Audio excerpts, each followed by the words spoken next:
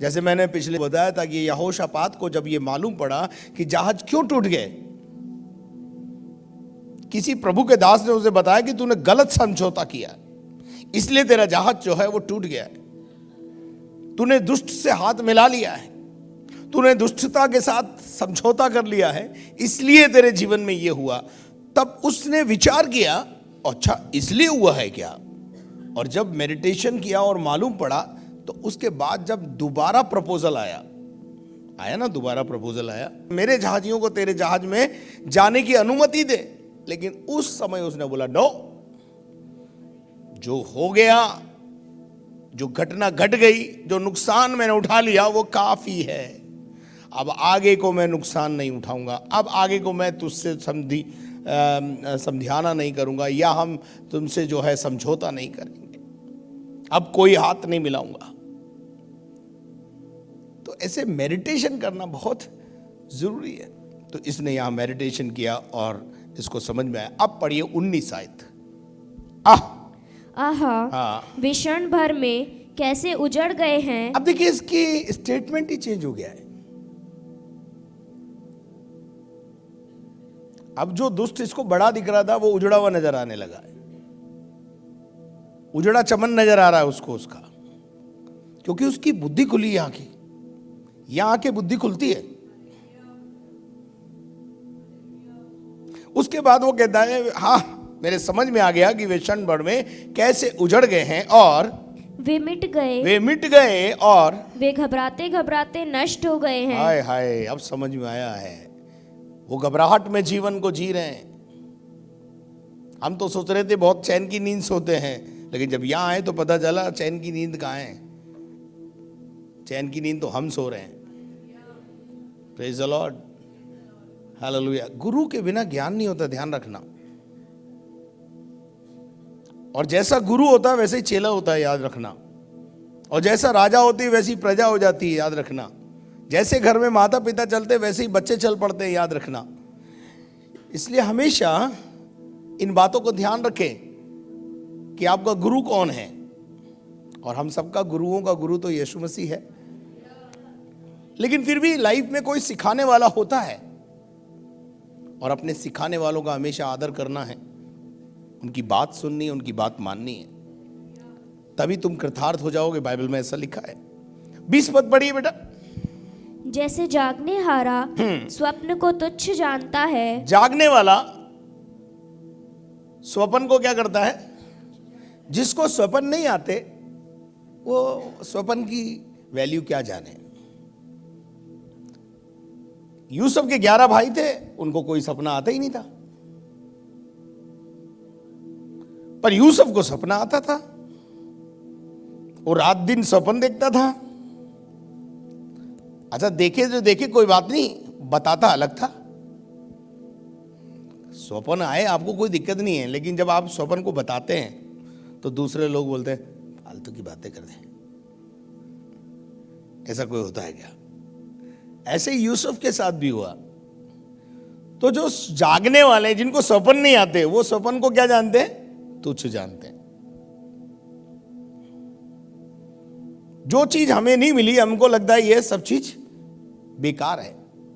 तो यहां वो कहता है कि जागने वाला, सोने वाले को तो क्या आता है? स्वप्न आता है, इसलिए वो सोता है। और जागने वाले को स्वप्न आता नहीं है। तो वो जागने वाला जो है वो स्वप्न को क्या जानता है? तुच्छ जानता है। वो बोलता है इसकी कोई वैल्यू नहीं है। पर आगे पढ़िए। वैसे ही हे प्रभु जब तू उठेगा तब उनको छाया सा समझकर तुच्छ जानेगा। हेलो, जब खुदा उठेगा, जब प्रभु यीशु मसीह दोबारा अपनी महिमा में आएंगे, तब हम में और उनमें भेद नजर आएगा। तब पता चलेगा हमने भक्ति यूं ही की और उन्होंने संसार में जो समय बिताया उसका परिणाम क्या। हम उठाए जाएंगे और वो छोड़ दिए जाएंगे। प्रभु यीशु मसीह ने अपनी देह के दिनों में बहुत अच्छा उदाहरण दिया है। 2 महिला खेत में काम करती होंगी, एक उठा ली जाएगी, एक छोड़ दी जाएगी। दो औरतें चक्की पीसती होंगी, एक उठा ली जाएगी, एक छोड़ दी जाएगी। ऐसे ही आपका पड़ोसी हो सकता है छोड़ दिया जाए, पर आप और मैं उठाए जाने की कुदरत तक पहुंचे। उठाए जाने की कुदरत तक पहुंचना इतना आसान तो नहीं है। इस दुनिया में जब से दुनिया उत्पन्न हुई है, उस दिन से लेकर आज के दिन तक दो शख्सियत ऐसी हैं जिन्होंने मृत्यु का रास्ता नहीं देखा, मृत्यु को नहीं जाना।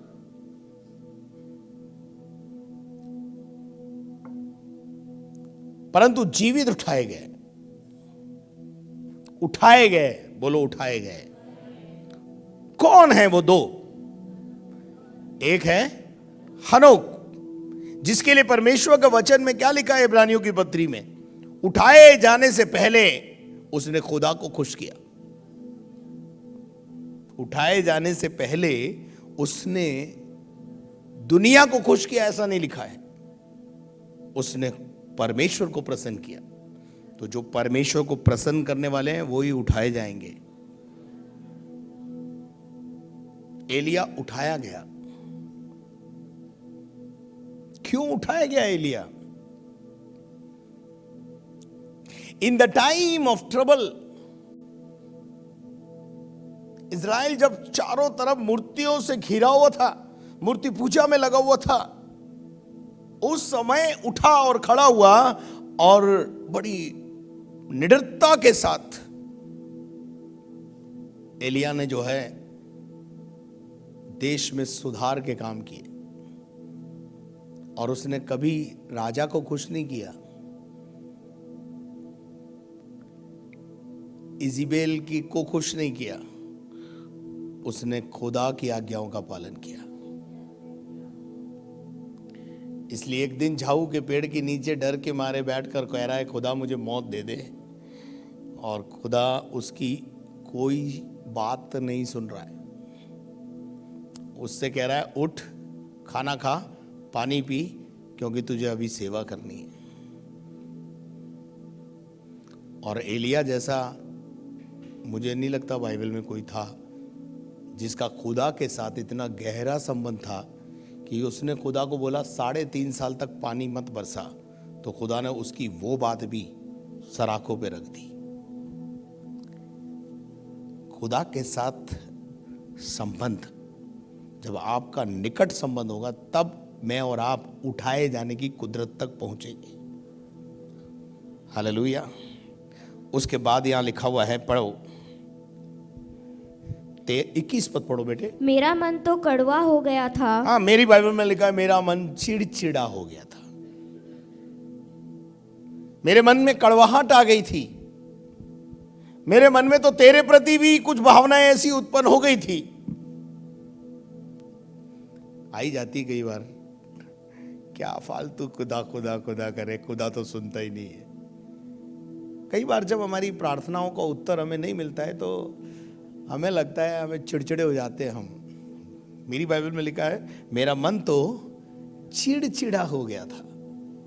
आप सब जानते हैं चिड़चिड़ा का क्या मतलब होता है। और मेरा अंतःकरण क्या हो गया था? छिद गया था। लेकिन अब अगली आयत में लिखा है, मैं तो पशु सरीखा था। ये मान रहा है कि मैं कैसा था। हमारा क्या प्रॉब्लम है? हम मानते नहीं।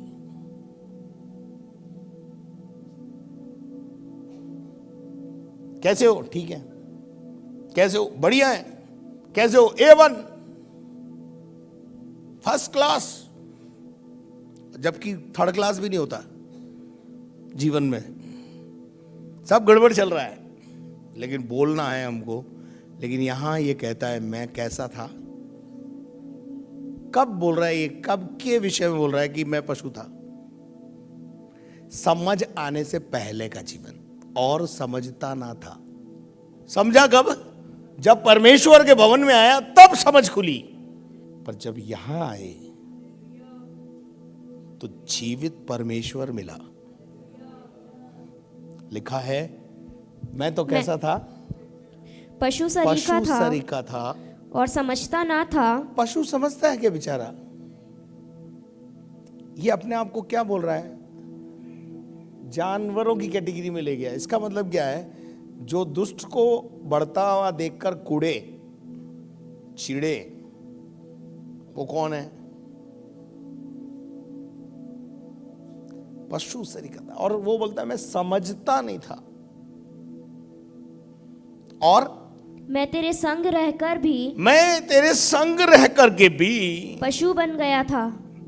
आते तो थे कलीसिया में, फिर भी सवाल था, वो क्यों बढ़ रहा है, वो क्यों बढ़ रहा है, वो क्यों बढ़ रहा हूं, मैं क्यों नहीं बढ़ रहा हूं, वो क्यों बढ़ रहा है, मेरा पड़ोसी तो उन्नति कर रहा है, उसके बच्चे की तो नौकरी लग गई, उसकी वाइफ की नौकरी लग गई, उसके पति की नौकरी लग गई, मेरे साथ तो कुछ हुआ नहीं, मेरे साथ तो कुछ हुआ नहीं। यही तो हमारा सवाल है।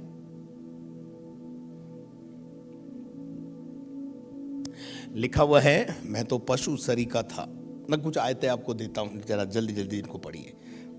भजन 94:8, जल्दी जल्दी कोई मेरे लिए पढ़ता चला जाए। तुम जो प्रजा में पशु सरीखे हो। प्रजा में हैं लेकिन कैसे हैं? आ रहे हैं कलीसिया में, लेकिन अभी तक समझ नहीं। तुम जो प्रजा में बोला है यहां पर, कई लोगों की आने के बाद भी बत्ती उठती नहीं। कई लोगों की उठती है तो फिर जाकर के कहीं कोई लो कर देता है, कोई हाई करता, कुछ वो अपना कंट्रोल किसी और को दे देते हैं। और यहां लिखा है वे तुम तो प्रजा में पशु सरीखे हो, विचार करो और हे मूर्खों। क्या बोल रहा है? हे मूर्खों, और तुम कब बुद्धिमान बनोगे? एक सवाल है कि कब बुद्धि आएगी तुम्हारे अंदर, कब तुम्हारी समझ खुलेगी, कब तुम्हारे को बुद्धि आएगी, कब तुम्हारी आंखें खुलेगी? कौन सी? अंदर की। ये वाली तो खुली है, लेकिन कब तुम्हारी अंदर की आंखें खुलेगी कि तुम्हें भेद की बातें समझ में आने लगे? कब तुम जवान हो जाओगे, कब तुम बुद्धिमान हो जाओगे? भजन 49 का क्योंकि देखने में आता है कि बुद्धिमान भी मरते हैं। हाँ जी, बुद्धिमान भी मरते हैं, और मूर्ख और पशु सरीखे मनुष्य भी दोनों नष्ट होते हैं। दोनों मरते हैं भैया। धर्मी भी मरेगा, दुष्ट भी मरेगा। और अपनी पर धर्मी की मंजिल और दुष्ट की मंजिल अलग अलग है। धनवान भी मरा, लाजर भी मरा, नहीं मरा, पर दोनों की मंजिल अलग है। लिखा है लाजर अब्राहम की गोद में पहुंचाया गया, पर धनवान जब मरा तो अधोलोक में पहुंचाया गया। अधोलोक के फाटक उस पर प्रबल हो गए, पर लाजर पर अधोलोक के फाटक प्रबल नहीं हुए। वहां लिखा हुआ है पशु मूर्ख और पशु सरीखे मनुष्य। पशु सरीखे मनुष्य का क्या मतलब है? अकल ना रखने वाले, बुद्धि का इस्तेमाल ना करने वाले, सही और गलत में फैसला नहीं कर पा रहे हैं। रास्ता मिल गया है, सही रास्ता मिल गया है, लेकिन फैसला नहीं कर पा रहे हैं। गलत चीजों से चिपके हुए हैं, न जाने क्या बात है। लिखा हुआ है ऐसे मनुष्य, क्या लिखा है बेटा, पढ़ना आगे। और अपनी संपत्ति दूसरों के लिए छोड़ जाते हैं। किसके लिए छोड़ जाते हैं? दूसरों के लिए छोड़ जाते हैं, सरकार के लिए छोड़ जाते हैं। एफडी में नॉमिनी नहीं है तो फिर समस्या ही समस्या है। जीते जी कुछ करने को बोले तो घर के बुजुर्ग बोलते अभी मर रहा हूं क्या? नहीं, कई चीजें हैं ऐसी जो 20 पढ़ो इसका 20। मनुष्य चाहे प्रतिष्ठित भी हो, हाँ प्रतिष्ठित भी हो, बहुत फेमस हो मनुष्य, परंतु यदि वे समझ आपके फेमस होने से आपको स्वर्ग मिल जाएगा, ऐसा नहीं है। क्या आप मेरे साथ हैं? आप बहुत प्रतिष्ठित है शहर में, धनवान भी तो बहुत प्रतिष्ठित था, लाजर को कौन जानता था? No one. पर लाजर को खुदा जानता था, धनवान को लोग जानते थे। धनवान खुदा की दृष्टि में तुच्छ था, परंतु लाजर खुदा की दृष्टि में प्रतिष्ठित था। धनवान लोगों की दृष्टि में प्रतिष्ठित था। 7 बिशप आए होंगे उसको फ्यूनरल देने। कितने बिशप? 7 बिशप। बेचारे लाजर को दफनाने कोई भी नहीं आया। स्वर्गदूत आकर उसके कहां पहुंचा दिया? उसको स्वर्ग में पहुंचा दिया। आप दुनिया में बहुत प्रतिष्ठित होते हो। बाइबल क्या कहती है? क्यों? भजन 92 का 6। अरे खुदा का कलाम है ये। We are in the same process. हाँ, पशु समान मनुष्य इसको नहीं समझता। पशु समान मनुष्य परमेश्वर के बातों को, भेदों को नहीं समझेगा, और मूर्ख इसका विचार नहीं करता। मूर्ख, हमने तो जो पकड़ा है पकड़े रहेंगे। पकड़े रहो।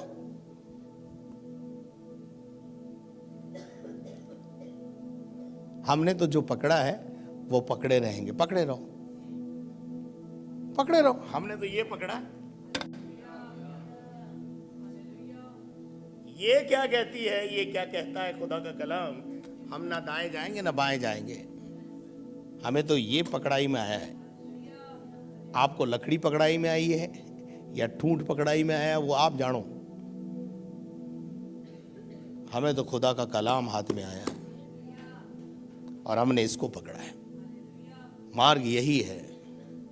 वचन में लिखा है, यिर्मयाह 51:17। जल्दी से पढ़ो। सब मनुष्य पशु सरीखे, सब मनुष्य पशु सरीखे और ज्ञान रहित हैं। आगे, सब सुनारों को अपनी खोदी हुई मूर्तों के कारण। एक दिन ये जो बनाने वाले हैं ना, सुनार, जो सोने और चांदी की मूर्तियां गढ़ के लोगों को दे रहे हैं, लिखा है उनके लिए लज्जित होना पड़ेगा। उनको लज्जित होना पड़ेगा। ये ज्यादा मार खाएंगे, ध्यान रखना, जिन्होंने इस चीज को अपना धंधा बना रखा है। आगे, क्योंकि उनकी ढाली हुई मूर्तें आज धोखा देने वाली हैं। मैं आपको बताना चाहता हूं, पूरे वर्ल्ड में 6,000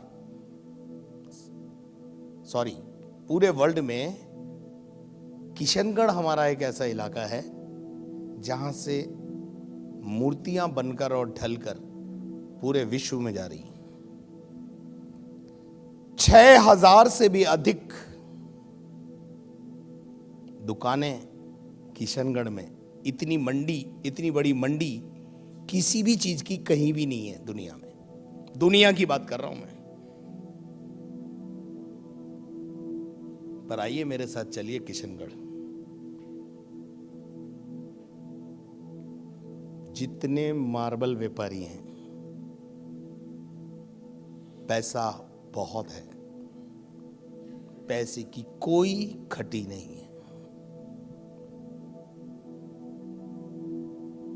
पर किशनगढ़ में जितना लोगों के बीच में प्रॉब्लम है, मार्बल के व्यापारियों के अंदर जो प्रॉब्लम है, उससे अच्छे हमें। पत्नी डिप्रेशन में पड़ी है, बच्चे डिप्रेशन में पड़े हैं,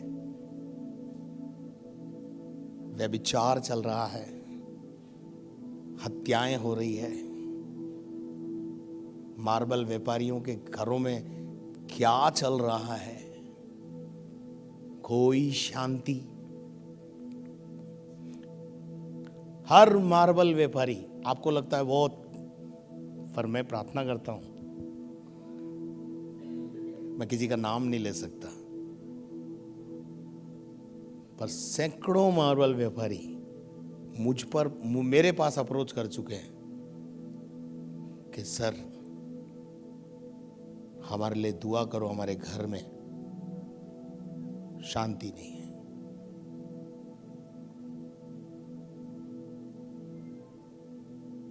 ये पशु सरीखे हैं, इनको कुछ समझ में नहीं आता। और कोई चिताए बताए तो इतना आसान थोड़ी है मूर्ति बनाने का फैक्ट्री बंद कर देना। हेलो, इतना आसान भी नहीं है। मरना मंजूर है लोगों को, पर बदलना मंजूर नहीं है। घरों में कष्ट क्यों है कोई विचार नहीं करता। मैं आज आपको बताऊंगा, थोड़ा सा 10-5 मिनट ज्यादा लग जाए तो कोई दिक्कत नहीं है, पूरा हो जाने दीजिए। दानियल की किताब 6:16। तब राजा ने आज्ञा दी और दानियल लाकर सिंहों की मांद में डाल दिया गया। और उस समय राजा ने दानियल से कहा, तेरा परमेश्वर जिसकी तू नित्य उपासना करता है वही तुझे बचाए। हालेलुया। जानवर तो खुदा का कहना मान लेते हैं। दानियल को जब भूखों शेरों के मान में डाला तो खुदा ने जानवरों को बोला, ये मेरा है, इसको छूना नहीं। जानवर तो खुदा का कहना मान लेते, पर हमारी बुद्धि पता नहीं गई, चली गई है। सृष्टि की जितनी भी चीजें हैं, सूरज, चांद, तारे, पेड़ पौधे, जीव जंतु, सब खुदा की आज्ञा मानते हैं। कल शाम परमेश्वर के दास ने बताया था, सूरज को बोला थम जा तो थम गया। एक दिन मिस हो गया।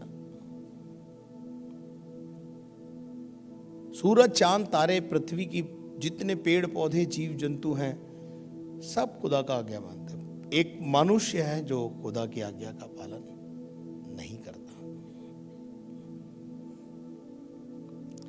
देखो, एक और बात पढ़ेंगे हम, मत्ती का 13 अध्याय उसका 15 पद।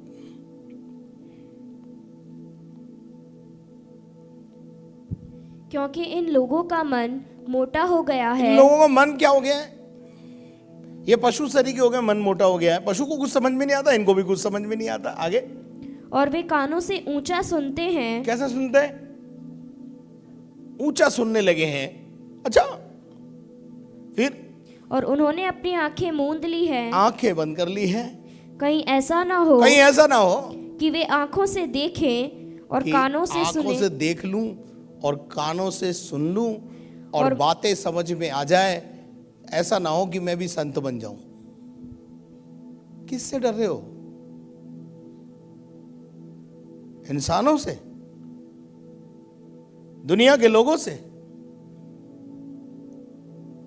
और लिखा है, कानों से सुने, मन से समझें और फिर जाएं और मैं उन्हें चंगा करूं। उनका मन मोटा हो गया है। हम विचार ही नहीं करते हैं। पर अंत में एक आयत पढ़ाऊंगा आपको, भजन 42 और उसका पहला पद पढ़ो। जैसे हिरनी नदी के जल के लिए हाफती है। हिरण जो होता है, उसकी पत्नी फीमेल हिरण के लिए लिखा है, हिरनी नदी के जल के लिए हाँफती है, वैसे ही खुदा मैं तेरे लिए हाँफता हूँ। हमें खुदा के लिए प्यास तो है। हम दौड़े चले आते हैं कि खुदा की बातें सुने। प्यासे हैं हम खुदा के। लिखा है, हिरनी नदी के जल के लिए हाँफती है, वैसे ही हे परमेश्वर मैं तेरे लिए हाँफता हूं। मैं प्यासा हूं तेरे वचन का। पर करेगा क्या? सुन के तेरा मन तो मोटा हो गया है। सुनने में तुझे रुचि है, चलने में तुझे कोई रुचि नहीं है, परिवर्तन लाने में कोई रुचि नहीं है। तो बाइबल में लिखा है कि एक दिन परमेश्वर तुम्हारे विषय में कहेगा, ये वो हैं जिन्होंने खूब सुना लेकिन परिवर्तन नहीं किया। एक सर्टिफिकेट मिलेगा आपको। अरे, खुदा का कलाम सुनने के बाद अगर हम नहीं सुधरे या नहीं बदलाव किया अपने लाइफ में, तो मैं आपको बताना चाहता हूं, इसका दंड ज्यादा होगा। प्रभु यीशु मसीह ने कहा, मैं तुम्हें दंडित करने नहीं आया, परंतु जो वचन तुम सुन रहे हो वो तुम्हें दंडित करेगा। इससे अच्छा होता कि आप सुनते नहीं, इससे अच्छा होता कि आप यहां आते नहीं। पर अब आप आ गए तो वचन कहता है, नदी के जल के लिए जैसे हिरण हाँफता है, वैसे ही मैं तेरे लिए हाँफता हूं। लेकिन हाँफ रहे हो, आ रहे हो, जा रहे हो, पेट्रोल खर्च कर रहे हो, डीजल बाल रहे हो अपना, लेकिन आगे क्या लिखा है? पढ़ो। जीवते ईश्वर, जीवते परमेश्वर, हाँ परमेश्वर जीवते परमेश्वर का मैं प्यासा हूँ। मैं किसकी तलाश में आया हूं यहां पर? मैं और आप यहां पर किसकी तलाश में आ रहे हैं? जीवित परमेश्वर की आराधना, उपासना, या उसको प्राप्त करने के लिए यहां पर आ रहे हैं? अनंत जीवन पाने के लिए हम यहां पर आ रहे हैं। और मैं कब जाकर परमेश्वर को अपना मुंह दिखाऊंगा? ये क्यूरियोसिटी रहती है अंदर, मैं कब जाऊंगा, कब परमेश्वर को अपना मुंह दिखाऊंगा। और मेरे आंसू दिन और रात मेरा आहार हुए हैं। मैं रात और दिन अपने घर में रोता रहता हूँ। आंसू ऐसे लगे जैसे कि यहाँ आंख पे ही पड़े हुए हैं और ढलते रहते हैं, ढलकते रहते हैं। हम कई बातों में दुखी हैं, परेशान हैं, आंसू बहा रहे हैं, लेकिन एक प्रॉब्लम है यहाँ पर। वो प्रॉब्लम मैं आपके सामने लाना चाहता हूँ। पढ़िए, आगे पढ़िए। लोग दिन भर मुझसे कहते रहते हैं, लोग दिन भर मुझसे पूछते हैं, तेरा परमेश्वर कहाँ है? तू तो बड़ी बड़ी बातें डींग मारता है ना। मैं विश्वासियों से बात कर रहा हूं। तू तो बड़ी बड़ी बातें करता है ना, मेरा परमेश्वर जीवित है। अगर तेरा परमेश्वर जीवित है तो तेरे घर में ये क्या चल रहा है? तेरे घर में तेरी परेशानी क्यों नहीं दूर हो रही है? तेरे घर में बीमारी क्यों नहीं जा रही है? तेरे घर में तेरे बाल बच्चे जो हैं सुखी क्यों नहीं है? People are asking one question, where is your God? आपका यह दावा है कि हम जीवित परमेश्वर की उपासना, आराधना करने जाते हैं, हमें परमेश्वर मिल गया है। But why the problems are not going? क्यों वो समस्याएं नहीं जा रही हैं? क्यों चेंज नहीं आ रहा? क्यों परिवर्तन नहीं आ रहा? मैं अगले लाइन में आपको बताना चाहता हूं व्हाई परिवर्तन क्यों नहीं आ रहा है। आप प्यासे हैं, अच्छी बात है। आप आ रहे हैं, अच्छी बात है। आप सब कुछ कर रहे हैं, अच्छी बात है। लेकिन अगली लाइन में क्या लिखा है? यह स्मरण करके, ये याद करके मेरा प्राण शोकित हो जाता है। जब वो मुझे बोलते हैं तो मैं दुखी हो जाता हूं। अरे हाँ भाई, बात तो सही है। मैं बोलता हूं मेरा परमेश्वर जीवित है, फिर मेरे घर में समस्या क्यों है? मेरी बीमारी जा क्यों नहीं रही है? मेरी प्रॉब्लम जा क्यों नहीं रही है? मेरा धंधा अच्छा क्यों नहीं चल रहा है? मेरे घर में सुख शांति क्यों नहीं है? उत्तर सुनिए कि मैं कैसे भीड़ के संग जाया करता था। मैं भीड़ के संग जाया करता था। कहां? आराधना करने। आ गए किसके संग? एक अच्छी भीड़ के संग, जागरूक लोगों के संग आ गए। यहां आके खुदा के कलाम और भेदों की बातें पता चलने लगी, समझ में आने लगा।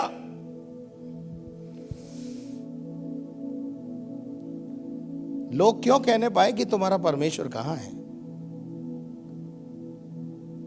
लोग ये दांतों तले उंगली दबा कर कहें कि तेरा परमेश्वर सचमुच ऊंचा परमेश्वर है। लिखा है, मैं भीड़ के संग जाया तो करता था। मैं जय जयकार और धन्यवाद के साथ, मैं जय जयकार और धन्यवाद के साथ उत्सव मनाने वाली भीड़ के संग शामिल हो गया। ये कलीसिया, उत्सव मनाने वाली कलीसिया, हालेलुया प्रेज द लॉर्ड बोलने वाली कलीसिया। इस भीड़ में आप क्या हो गए? आ तो गए, शामिल तो हो गए, पर परिस्थितियां बदली नहीं। कारण सुनो क्या लिखा है, पढ़ो। परमेश्वर के भवन को धीरे धीरे जाया करता था। This is the problem. Delay in the ओबीडियंसी।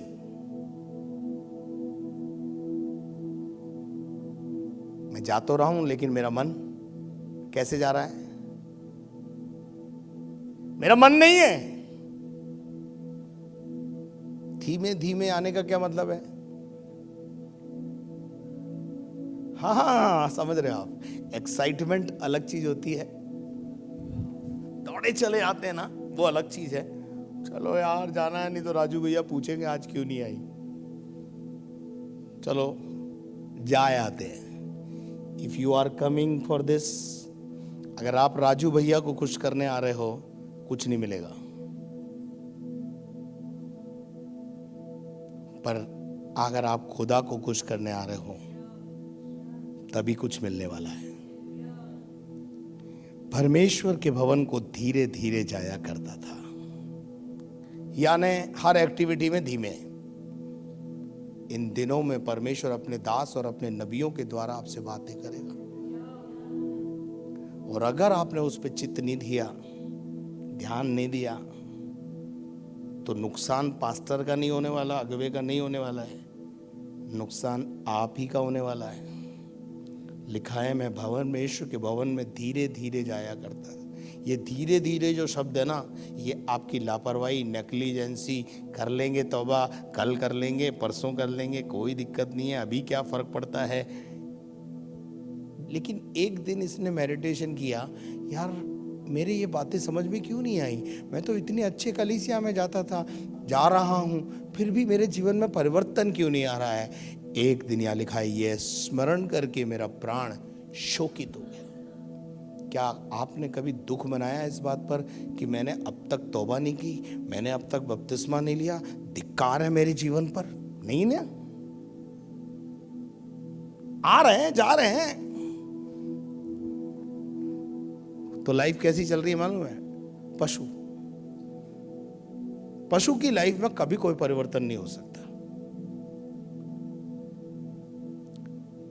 है ना। लेकिन आज हम देखते हैं कि मास्टर रिंग जो मास्टर होता है शेरों का, उसने शेरों को भी अपने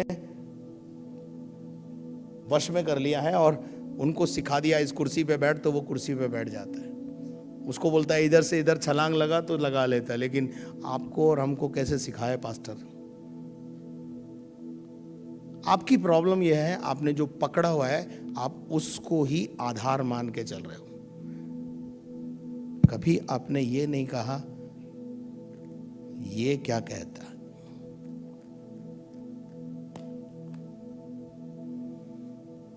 जिस दिन आप ये कहेंगे ये क्या कहता है, उस दिन आपकी लाइफ में बदलाव आने लगेगा। नबियों की मानोगे तो कृतार्थ हो जाओगे। चोर तो चोरी करने, घात करने आता है, लेकिन यीशु मसीह दुनिया में आया हमें जीवन देने के लिए। आज खुदा हमारी बुद्धि खोले, हमें समझ में आए। भजन 42 की अगली आयत पढ़ देना जरा। हे मेरे प्राण, तू क्यों गिरा जाता है? तू अंदर ही अंदर क्यों व्याकुल है? अंदर ही अंदर क्यों व्याकुल है? और परमेश्वर पर आशा लगाए रहे, परमेश्वर पर भरोसा रख, क्योंकि मैं उसके दर्शन से उद्धार पाकर फिर उसका धन्यवाद करूंगा। लेकिन चौथी आयत के बाद ही पांचवी लिखी है। मेडिटेशन करो कि इतने सालों से हम खुदा का कलाम सुन रहे हैं, लेकिन क्या परिवर्तन आया? क्या घर की परिस्थितियां बदली? और नहीं बदली तो उसका जिम्मेदार पास्टर को मत करो, आप खुद हैं। क्योंकि भीड़ के संग तो आप आ रहे हैं, लेकिन उत्सव मनाने वाली भीड़ के संग आकर के भी पशु सरीखे। कोई चेंज के लिए हम तैयार नहीं।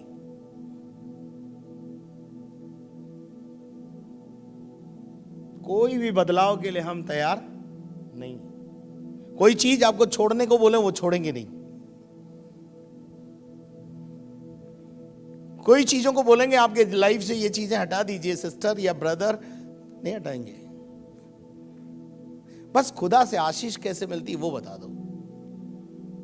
आशीष आज्ञा पालन से ही मिलती है। आज्ञाओं का पालन करते जाओ, मिलती चली जाएगी। प्रभु आपको बहुत आशीष दे, आपकी अंदर की आंखें खोल ले, आपको फिसलने वाली जगह पर नहीं परंतु चट्टान पर खड़ा करे।